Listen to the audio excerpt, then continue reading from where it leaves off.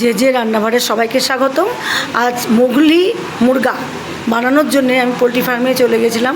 সেখানে একদম টাটকা একদম মুরগি কিনে নিয়ে আসলাম এবং এগুলো বড় বড় করে পিস করে কেটে নেওয়া হলো। তারপর ধুয়ে সেটাকে নুন, হলুদ, টক দই, আদা রসুন পেস্ট আর গোলমরিচের গুঁড়ো আর ঘি দিয়ে মেরিনেট করে রাখা হলো 2-3 ঘন্টা।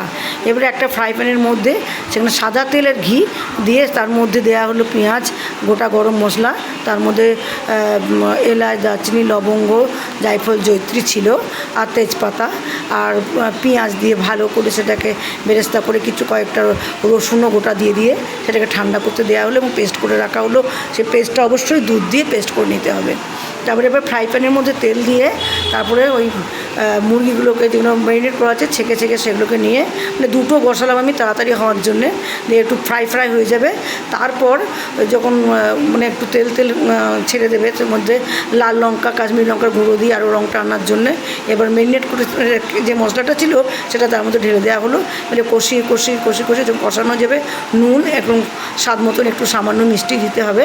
দিয়ে যখন পুরো কষানো হয়ে যাবে ওটা ঢাকা দিয়ে তখন ওই যে পেস্ট করে রাখা যে বেরেস্তাযুক্ত যে গরম মশলা সেটাকে ভালো করে দিয়ে নেড়ে ওটাকে ঢাকা দিয়ে রাখতে হবে বেশ কিছুক্ষণ ঢাকা দিয়ে দিতে হবে। মাঝে মাঝে খুলে ওটাকে মাঝে মাঝে এটা নাড়তে হবে। তারপরে যখন দেখা যাবে যে হ্যাঁ এটা হয়েই গেছে প্রায়, তখন দেখুন এখনও নাড়ছি আমি। এরপর ঢাকা দিয়ে ওটাকে রেখে দেবো রান্না হতে, পুরো ভালোভাবে সেদ্ধ হয়ে যাবে।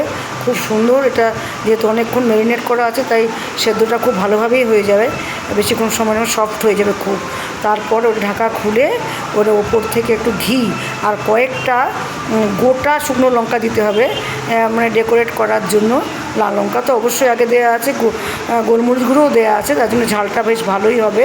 আর ওপর থেকে একটু ঘি দিতে হবে। শুকনো লঙ্কাগুলো গোটা দেখতেও সুন্দর লাগবে, খেতেও দারুণ লাগবে। Thanks for watching.